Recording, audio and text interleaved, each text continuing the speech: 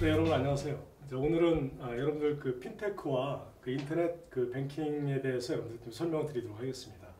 자, 우리는 이제 핀테크 시장, 특히 이제 우리는 그 빅데이터 시대를 우리가 이제 살아가면서 금융 산업에 대해서 우리 이제 논의를 많이 하지 않습니까? 특히 이제 금융 서비스 산업은 우리가 특히 이제 인공지능을 기반으로 한 그 산업 자체가 핀테크 산업과 연계해서 우리는 이제 그동안 많이 우리가 이제 그 진화가 되고 있는데요. 특히 인터넷 뱅킹 역시도 이런 금융 서비스에 대한 부분들이 블록체인과 연계해서 그 핀테크 시장으로 많이 이제 진화하고 있는 것입니다. 핀테크 역시도 인터넷 기반으로 한 그 폰뱅킹, 특히 이제 인터넷 뱅킹에 대한 여러 가지 그 변화 추이가 많이 이제 우리 산업에 자리 잡고 있기 때문에 금융 서비스 산업에 대해서는 최근에 이제 핀테크 산업이 워낙 많이 광범위하게 변화하고 있기 때문에 여러분들한테 제가 자세하게 좀 설명드리도록 하겠습니다. 자, 핀테크는 금융 서비스를 통한 IT 기술을 통해서 금융과 결합한 그 핀테크에 대한 관련 기술을 갖다 적용한 것을 이야기하고 있습니다. 그래서 기존에 우리가 금융기관이 아닌 최신 기술을 이용해서 거기에 이제 우리가 모바일과 같은 여러 가지, 그 다음에 이제 전자금융화폐 이제 이야기 많이 나오지 않습니까? 그런 기반으로 한 여러 가지 산업 자체를 하나의 우리는 핀테크라고 얘기합니다. 그래서 현재 우리가 그 카카오뱅크라든지 또 네이버뱅크 이런 그 모바일을 통한 그런 이제 그 서비스들, 이런 그 SNS 기반으로 IT 기업들이 이런 서비스 자체도 하나의 우리는 이제 핀테크 시장이 이제 형성되고 있는 그런 좋은 사례를 보고 있는 것입니다. 그래서 그동안 우리는 이제 많이 오프라인에서 우리는 은행을 많이 이용을 했고, 그동안 우리는 이제 그 거리에 나가면 은행의 매장을 통해서 우리는 서비스를 늘 우리는 인출을 하고 예금을 하고 그랬었는데, 이제는 모바일 시장이 이렇게 형성이 되면서 실질적으로 이런 그 뱅킹 자체가 모든 산업 자체는 이제는 이제 하나의 모바일 그 핀테크 시장으로 이제 넘어가고 있다고 이렇게 보고 이제 여러분들이 판단해도 과언이 아니라고 이제 보고 있습니다. 자, 따라서 핀테크는 우리가 그 파이낸스, 특히 이제 금융과 기술을 결합한 그 용어를 갖다 우리 핀테크라고 얘기합니다. 그래서 그 파이낸스와 그다음에 테크놀로지를 갖다 이제 이렇게 혼합한 합성어를 갖다 핀테크라고 얘기하고 있고요. SNS 등의 그런 이제 첨단 IT 기술을 접목한 금융 서비스를 하나의 핀테크의 그런 핵심적인 요소라고 보고 있는 것입니다. 따라서 핀테크는 블록체인과 그다음에 우리가 그 지불 수단, 그다음에 교환 수단, 그다음에 조사하는 부분, 그다음에 디지털 머니, 그다음에 우리 그 여러 가지 그 온라인 뱅킹이라든지 투자, 클라우드 펀딩 같은 이런 모든 요소들을 금융 산업에서 갖고 있는 모든 매체를 하나의 핀테크에서 이걸 다 포괄적으로 가져가고 있다는 거예요.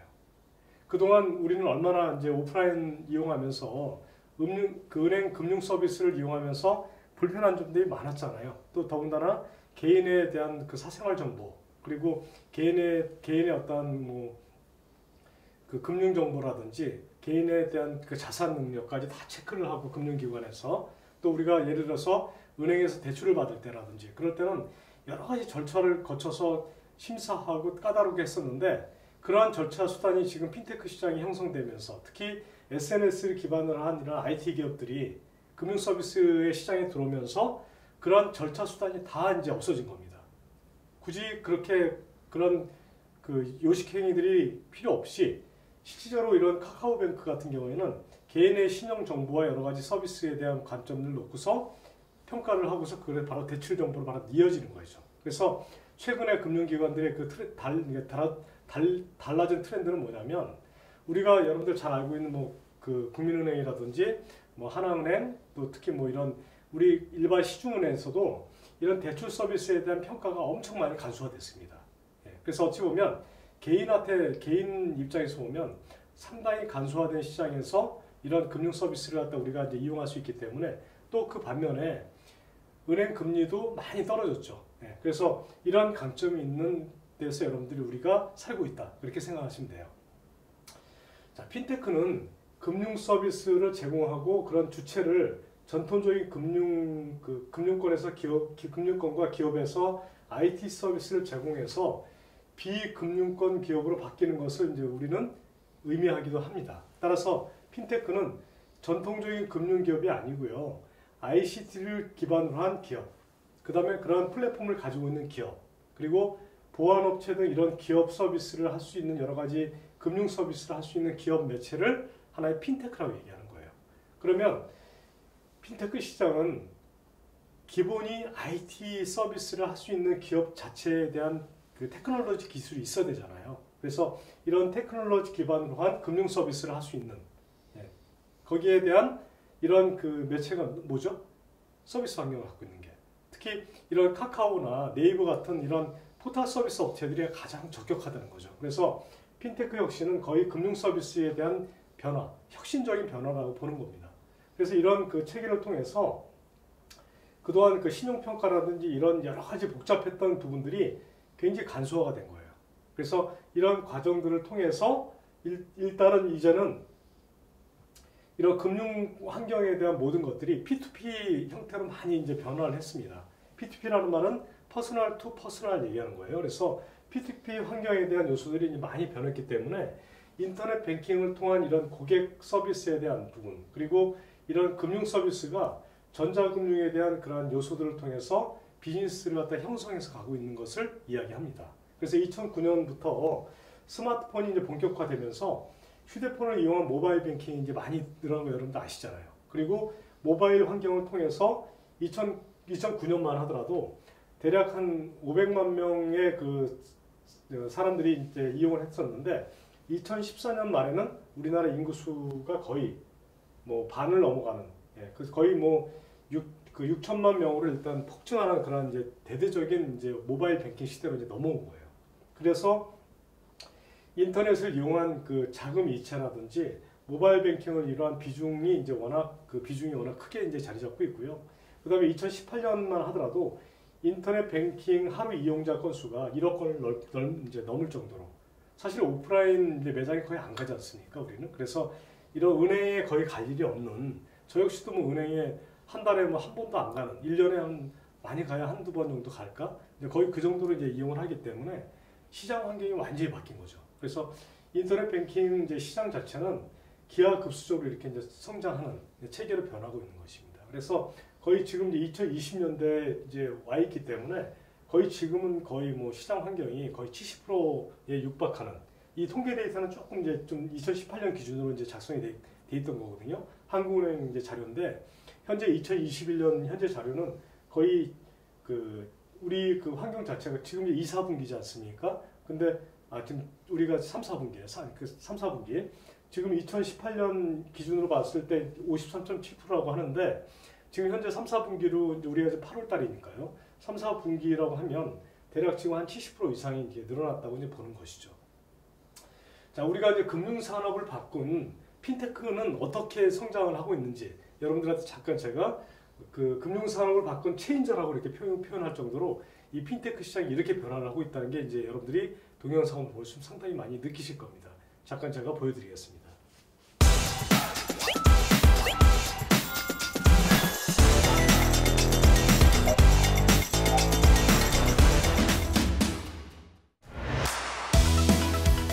네, 안녕하세요. 저는 김강원입니다.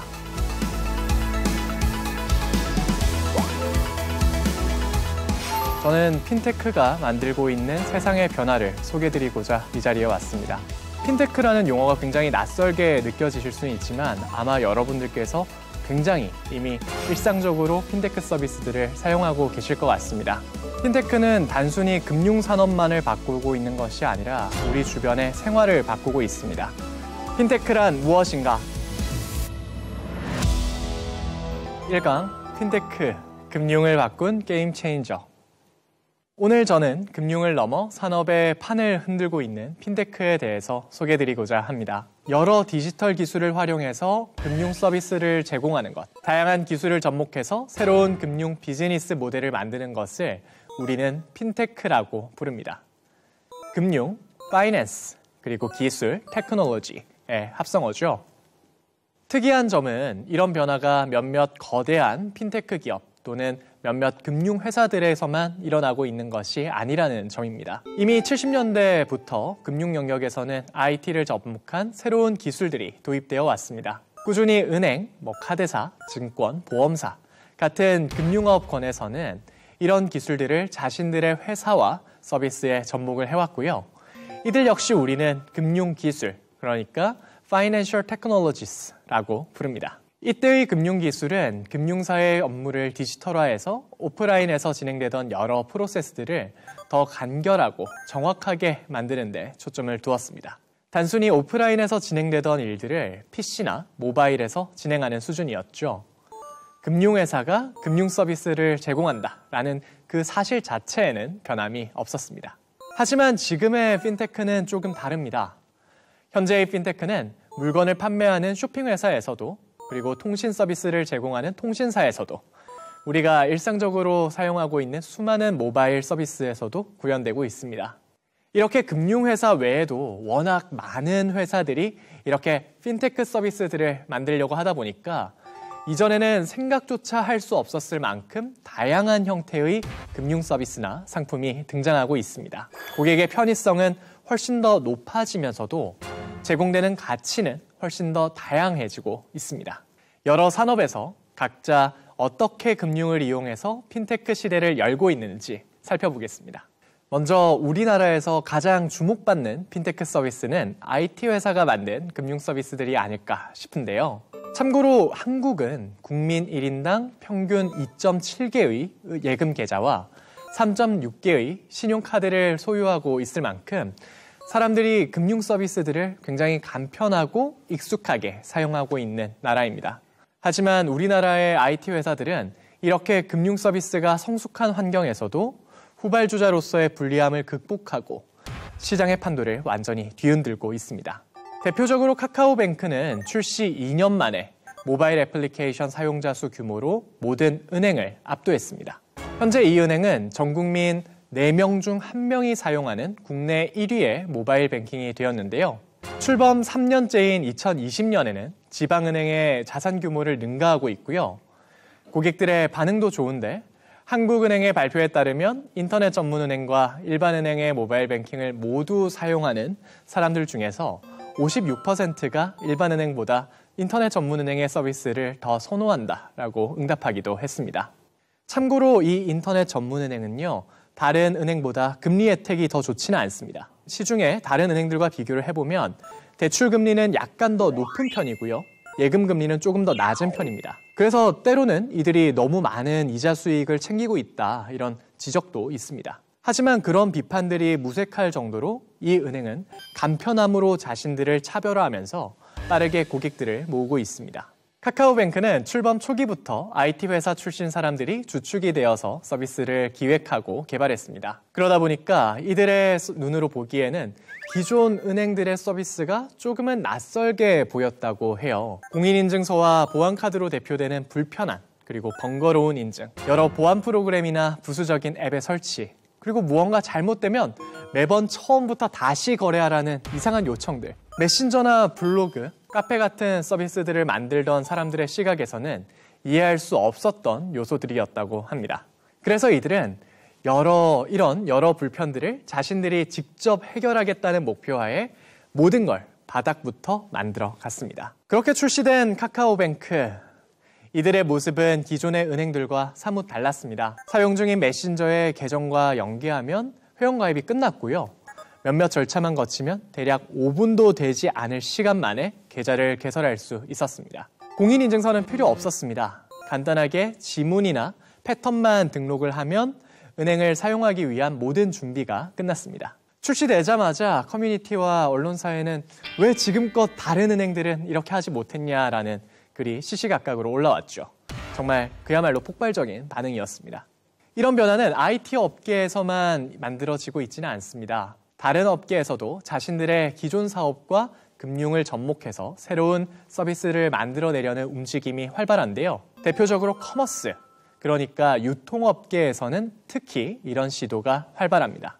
잘 알고 계시는 스타벅스는 커피 전문점이죠. 하지만 미국에서는요, 2,500만 명의 사용자를 보유한 미국 2위의 모바일 결제 서비스이기도 합니다. 스타벅스에 충전되어 있는 돈은 웬만한 지방은행이 보유한 현금을 뛰어넘을 정도로 막대한 규모입니다. 전 세계적으로 보면 2조 원을 훨씬 넘는데요.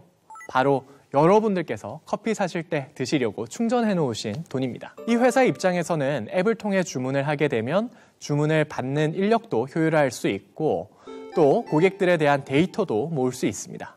그러다 보니까 무료로 샷을 추가를 해준다거나 몇 회 이상 주문하면 무료 음료 쿠폰을 제공해 주기도 합니다. 그리고 다시 이런 요소들은 고객이 은행 대신에 이 앱에다가 돈을 충전을 해놓고 커피를 주문하게 되는 동기로 작용합니다. 마치 은행에서 이자를 받는 것과 비슷하죠.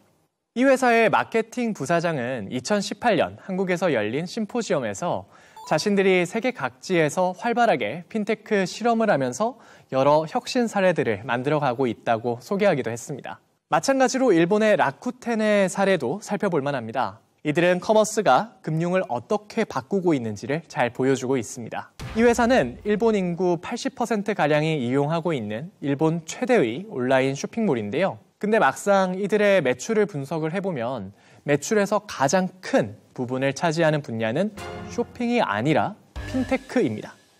이 기준으로는 절반을 차지할 정도로 정말 핵심적인 사업인데요.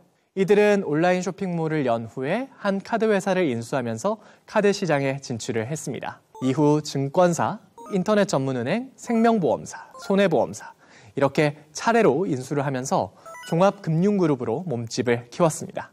지금 이들의 인터넷 전문은행은 900만 명, 카드사는 2천만 명 가까운 고객을 확보하면서 업계 1위를 차지하고 있고요.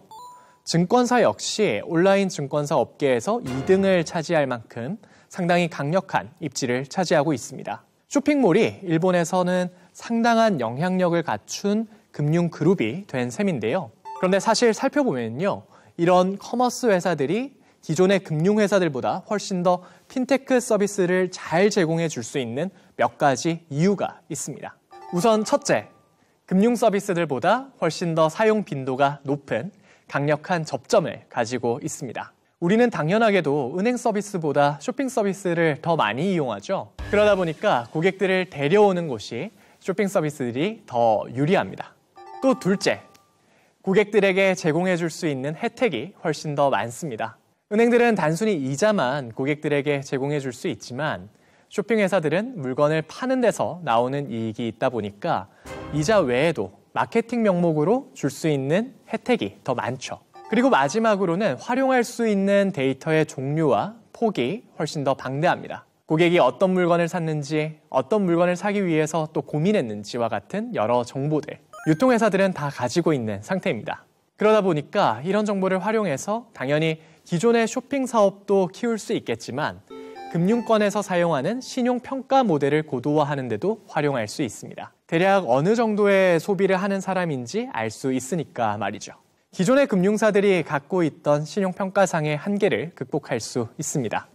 마지막으로는 통신회사들도 살펴보려고 합니다. 통신사들은 사실 고객 기반이 금융사보다 더 넓어서 더 많은 고객들에게 도달할 수 있는 강점을 갖고 있습니다. 은행 계좌가 없는 사람들이 많을까요? 아니면 휴대폰이 없는 사람들이 많을까요? 은행 계좌가 없는 사람들은 있을 수 있지만 휴대폰을 들고 다니지 않는 사람을 찾는 건 더 어려울 것 같으시죠? 아이들 역시 은행 계좌를 만드는 것보다 스마트폰을 만드는 것이 먼저인 시대인데요. 이건 다른 나라에서도 마찬가지입니다. 2019년을 기준으로 통신사의 고객은 52억 명 정도입니다. 하지만 은행 계좌를 가진 사람들은 45억 명 정도예요. 그래서 통신사들은 자신들이 가지고 있는 이런 광범위한 고객 풀을 활용해서 고객들에게 금융 서비스를 제공하고자 합니다. 대표적으로 아프리카의 한 통신사의 사례를 살펴보려고 합니다. 바로 케냐의 엠페사입니다. 케냐는 은행과 같은 금융 서비스가 제대로 보급되지 않은 상태입니다. 대부분의 국민들이 은행 계좌가 없죠.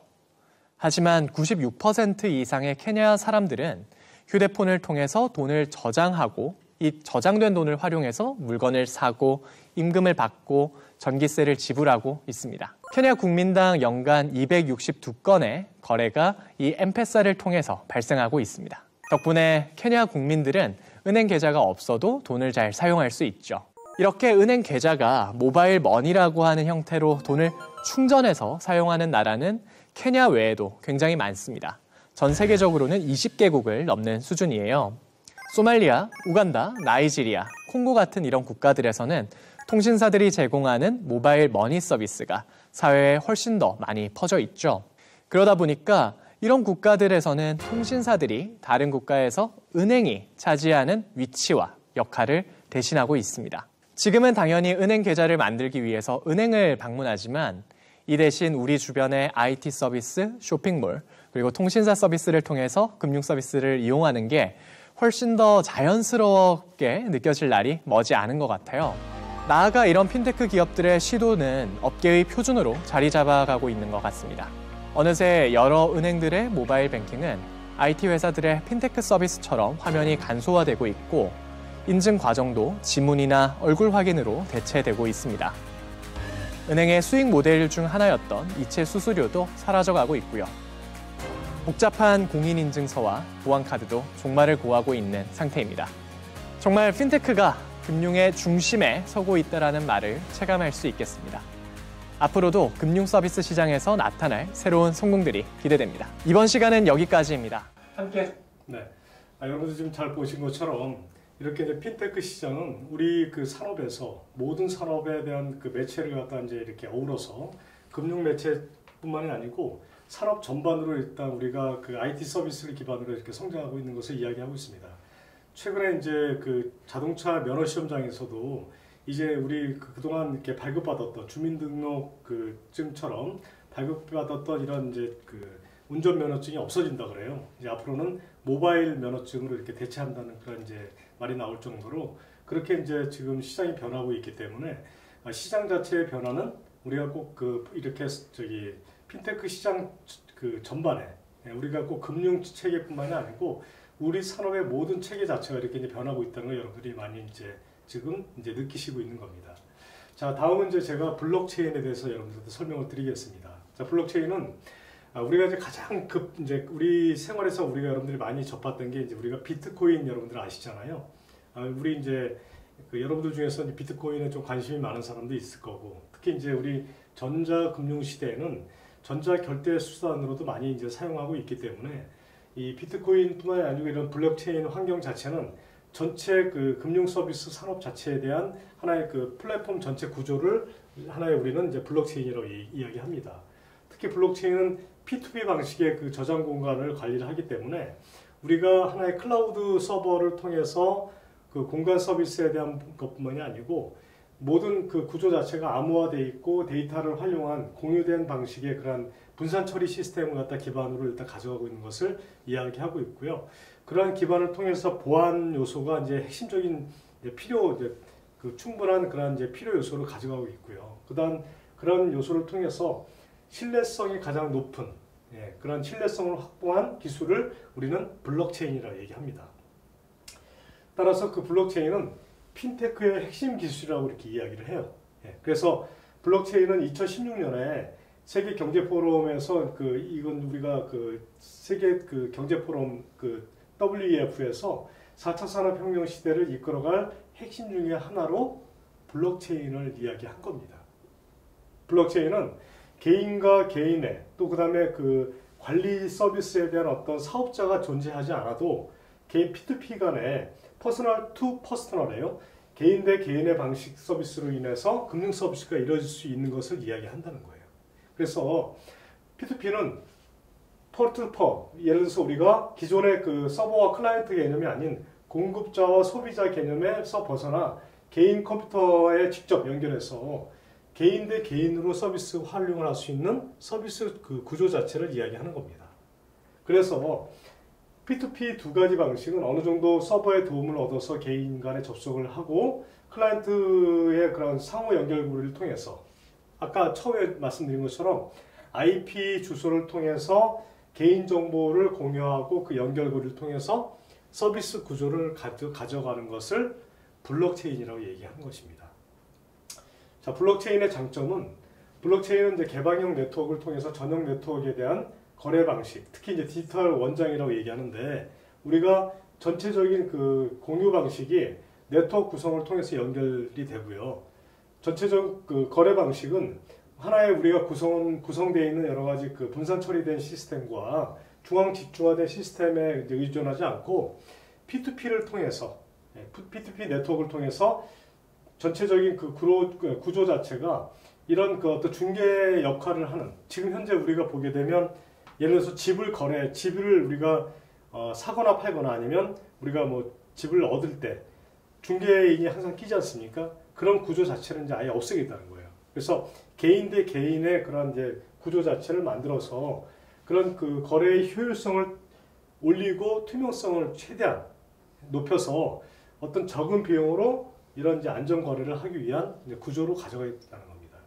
그래서 이런 블록체인에 대한 이제 가장 큰 장점은 일단은 신뢰성입니다.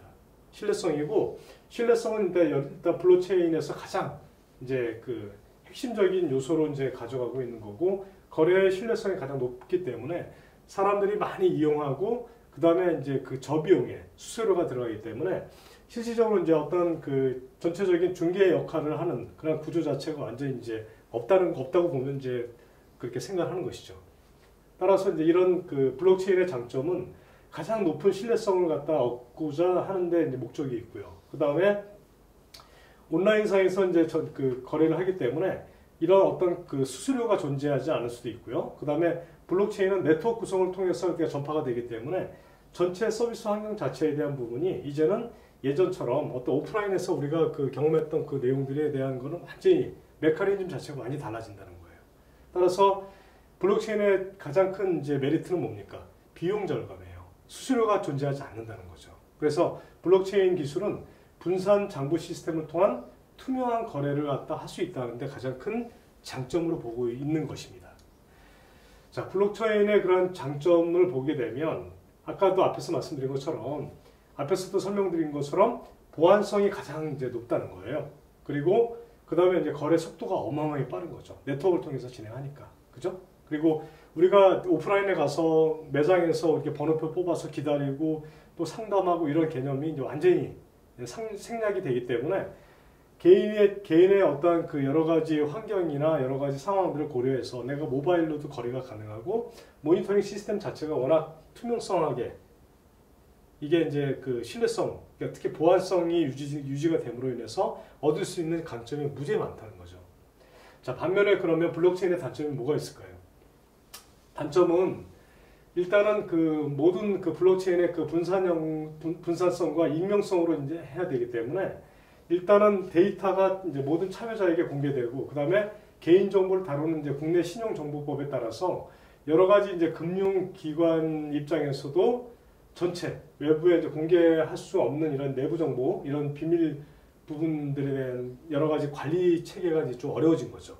그리고 익명성에 이제 기반한 거래는 이제 그 실명 확인을 통해서만 일단 할 수 있게끔, 그런 이제 구조를 이제 꼭 만들어내는 그런 이제 구조를 보는 거죠. 사실 어찌 보면 그게 이제 단점이라 하기보다는 그만큼 이제 투명하게 금융 거래를 하겠다는 취지에서 이제 이해하는 겁니다.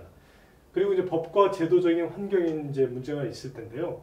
한번 이제 어떤 결제를 통해서 이제 신용이 만약에 거기서 무너지면 새로운 결제를 진행하는데 어려움이 있다는 거죠. 그래서 그런 이제 부분도 있고, 또 여러 가지 그 우리가 그 오프라인에서 그 사람 간의 어떤 거래에서 얻을 수 있었던 그런 혜택이나 이런 것들은 체계적인 어떤 그 룰에 의해서 이제 일단 체계를 만들어가기 때문에 어떤 그 좀 우리가 이제 뭐 덤이라는 말은 거의 이제 찾아볼 수 없다는 걸로 이제 우리 그렇게 이해하면 될 겁니다.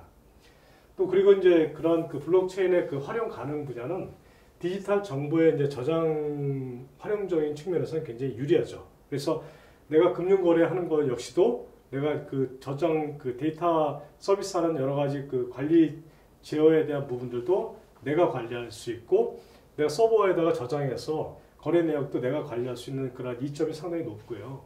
그 다음에 개인정보에 대한 인증 그 절차도 주소, 전화번호 등 이런 기존 그 개인정보뿐만이 아니라 실제로 이제 생체정보. 그래서 사람의 그런 생체정보를 이용해서 최근에 이제 미국 같은 데서는 이제 홍채 정보를 통해서 일단 그 금융 서비스들 지금 많이 준비하고 있습니다.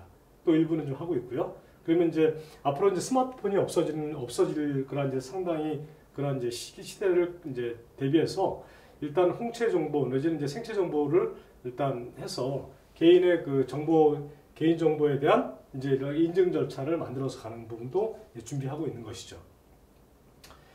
자, 블록체인의 그런 이제 활용 분야는 뭐 워낙 다양하기 때문에 특히 이제 해외 송금 같은 경우에도 그 시장 변동성과 그다음에 각 세계 여러 나라마다 그 금융 그 환율이 다르잖아요. 그런 이제 효율성을 최대한 이제 반영해서 충분히 그런 서비스를 갖다 많이 이제 이용할 수 있게끔 적용을 해주고 환율에 대한 그 차이점은 시장 환경에 맞춰서 또 그 각 국가 간의 그 화폐에 대한 여러 가지 환율 정보에 대한 부분도 많이 그 적합하게 일단 비례해서 그 서비스를 할 수 있게끔 다 이제 그 서비스를 지원해 주고요. 그다음에 디지털 화폐가 거래가 가능하기 때문에 실질적으로 이제 암호화폐에 대한 부분들이 이제 앞으로 그 많이 시장에서 이제 이제 활성화될 거로 보고 있습니다. 더군다나 이제 신용카드에 대한 연결고리를 갖다가 디지털 지갑 형태로 이제 해서 암호화폐 거래를 갖다 할 수 있도록 그 만들어주기 때문에 앞으로 이제 시장 환경에 대한 부분이 상당히 이제 효율적이고 자동화되고 글로벌 시장에서 우리가 이제 그 블록체인을 통해서 그 모든 그 의사소통과 그 다음에 이제 그 이제 비용 절감에 대한 그런 여러 가지 서비스적인 측면을 상당히 많이 이제 경험할 거로 우리는 이제 인식하고 있는 것이죠.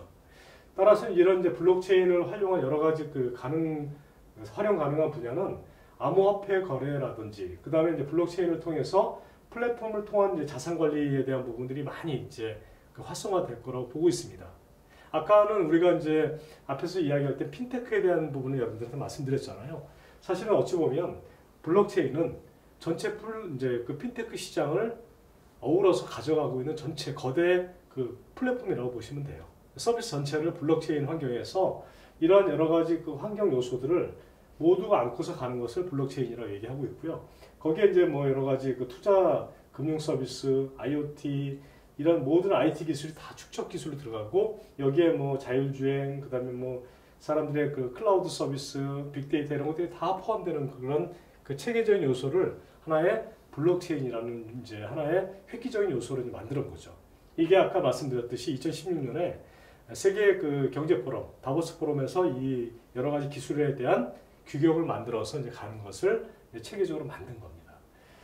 자, 블록체인의 그 사례를 잠깐 좀 보면 미국의 금융기관 중에 이제 골드만삭스 여러분 잘 아시잖아요, 그죠? 골드만삭스에서는 주식 거래에 사용할 수 있는 이제 분산 원장 기술을 갖다가 암호화폐를 통해서 앞으로는 이제 하겠다. 또 그렇게 하는 것이 앞으로의 미래에 그 체계적으로 이제 그 금융 거래에 대한 그 이제 기반이라고 이렇게 이야기를 했어요. 그리고 JP 모건 체이스 같은 경우에서는 이더리움을 통한 이제 그 프라이빗 그 블록체인 시스템을 통해서 이제 이렇게 비즈니스를 하겠다. 그리고 이제 시티그룹 같은 경우에는 블록체인 기술을 통해서 시티코인, 그러니까 자사은행에서 이제 유통되는 여러 가지 금융 그 코인을 갖다 만들어서 이제 최초로 이제 운영을 하겠다는 얘기도 했고, 그다음에 비자 카드 같은 경우에는 그 미국 스타트업 그 저희 체인과 협력해서 블록체인 기반의 결제 시스템을 갖다가 비자 이제 그 B2B 그다음에 커넥트라는 그런 이제 카드를 통해서 이제 서비스를 하겠다는 겁니다. 그러니까 지금처럼 우리 지갑에다가 굳이 이제는 신용카드를 넣고 다니지 않아도 이제는 모바일을 통해서 아니면 모든 이런 그 생체 정보를 통해서 이런 이제 비즈니스가 이루어질 수 있게끔 하겠다는 거예요. 앞으로 시장 자체가 이렇게 이제 변화하는 그 시장 추이로 오기 때문에 우리가 그동안 이제 지금은 사실은 지갑을 가지고 다니고 이러지만은 앞으로는 이런 지갑도 필요가 없다는 거죠. 내 그 생체 정보만 있으면 모든 금융 거래가 다 이루어질 수 있는 시장이 이루어지고 있기 때문에 그런 것입니다. 자, 유럽 같은 경우에는 뭐 바클레이즈 그 웨이브 같은 경우에는 실질적으로 이제 블록체인 기술을 통해서 글로벌 무역 거래를 앞으로는 이제 이렇게 추진하겠다. 그리고 뭐 여러분 잘 아시는 그 테슬라, 일단 그 테슬라 같은 경우에서도 실제로 보면 이제 그 자동차 구매를 비트코인으로 일단 하겠다고 지난번에 한번 발표했다가 지금 난리가 났지 않습니까? 이런 이제 여러 가지 그 환경 자체가 앞으로 이제 블록체인 시장이 이렇게 이제 새로운 그 결제 수단 아니면 결제 대금의 어떤 정산 등 이런 여러 가지 새로운 실시간 처리 그 금융 거래 역할로 이제 자리를 잡아가고 있기 때문에 이런 이제 국경 간의 어떤 거래 이런 것들이 이제 필요가 이제 어떤 국경이라는 게 이제 존재하지가 않는다는 거죠. 물론 나라마다 그 환율에 대한 차이는 있기 때문에 국가에 대한 여러 가지 그 제도적인 부분들만 서로 이렇게 통용이 된다고 하면 일단은 블록체인을 통한 여러 가지 그 전 세계에 대한 그 금융 서비스는 하나의 이제 테두리 안에서 일단 만들어갈 거라고 보는 것이죠. 자, 우리나라 같은 경우에는 1960년대에 그 당시에 처음 이제 컴퓨터를 도입하면서 행정 전산 업무가 처음 이제 자동화가 되기 시작했어요. 그러면서 1980년대 들어와서 이제 국가 그 기관 통신망 서비스를 이제 행정 정보화, 행정 전산망이라는 말을 통해서 이제 이루었고요. 그리고 1990년대에 들어와서 국가 정보화 사업을 통해서 행정 정보화 서비스를 갖다 이제 만듭니다. 그게 이제 국가정보 기본법에 따라서 전자정부라는 이제 말을 했었어요. 그래서 2000년대에 그 국가 정책을 통해 모든 이제 서비스를 전자정부를 통해서 한다는 그런 걸 발표를 했고요. 자, 우리나라는 이제 블록체인 기술은 실제로 어찌 보면 미국이나 유럽에 비해서 우리가 좀 많이 늦은 편이죠.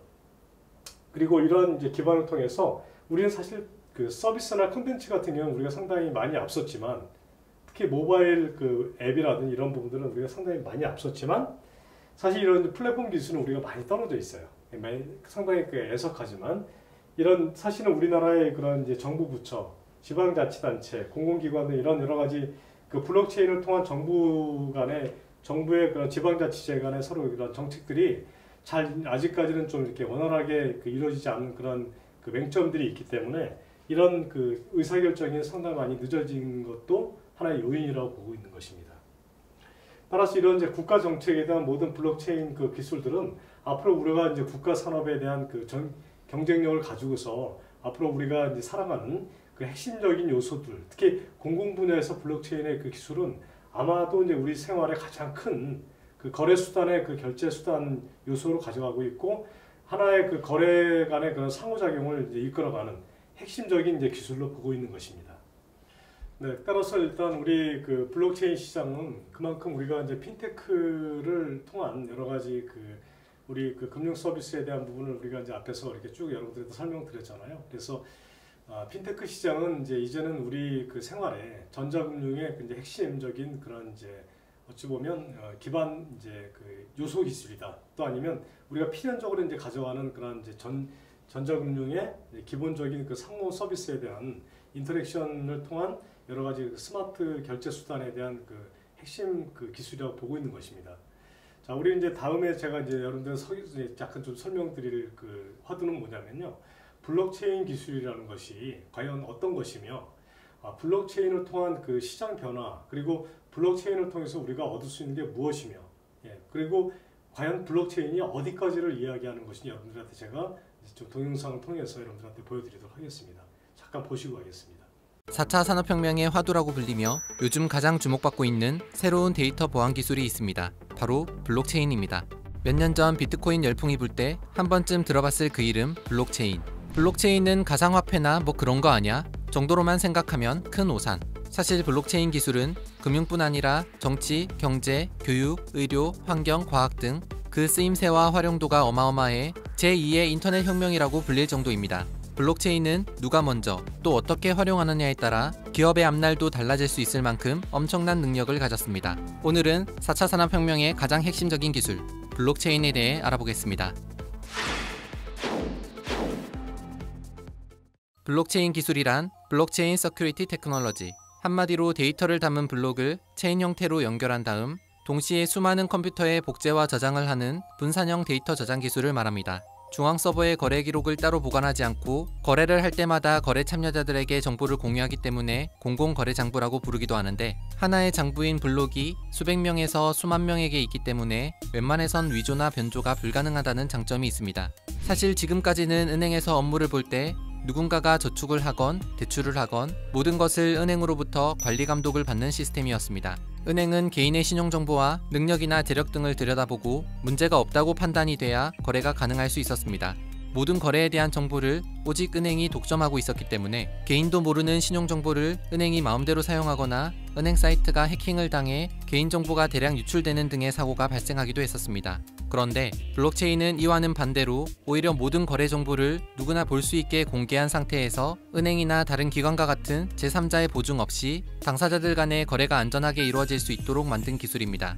예를 들어 철수가 영희에게 송금 거래를 요청하면 해당 거래 정보가 담긴 블록이 만들어지게 됩니다. 이렇게 만들어진 블록은 네트워크 상의 모든 참여자에게 전송이 되고 참여자들의 거래 정보를 서로 검증을 하게 됩니다. 검증 과정을 거친 블록만이 이전 블록에 연결이 되고 그 사본이 만들어져 각 사용자의 컴퓨터에 분산되어 저장이 되는 것입니다. 이렇게 거래를 할 때마다 거래 정보가 담긴 블록이 체인처럼 연결이 돼 분산 저장되는 것이 바로 블록체인 기술의 핵심. 항상 수시로 거래가 일어나고 있고 또 누군가 장부를 위조해 거래를 시도한다 하더라도 컴퓨터로 연결된 다른 거래자들의 거래 장부와 절반 이상이 일치해야 거래가 이루어지기 때문에 해킹이나 위조는 거의 불가능하다고 볼 수 있습니다. 바로 이런 엄청난 보안 능력과 투명성, 경제성 등 때문에 블록체인 기술이 혁신의 아이콘으로 불리며 미래의 먹거리 기술로 각광을 받고 있는 것입니다. 그렇다면 이런 혁신적인 기술은 언제 처음 만들어진 것일까? 1991년 과학자 스튜어트 하버와 스캇 스토네타는 자신들의 연구 결과를 기록한 디지털 문서의 날짜가 변경되거나 위조되는 걸 막기 위해 처음 이 블록체인 기술을 개발했습니다.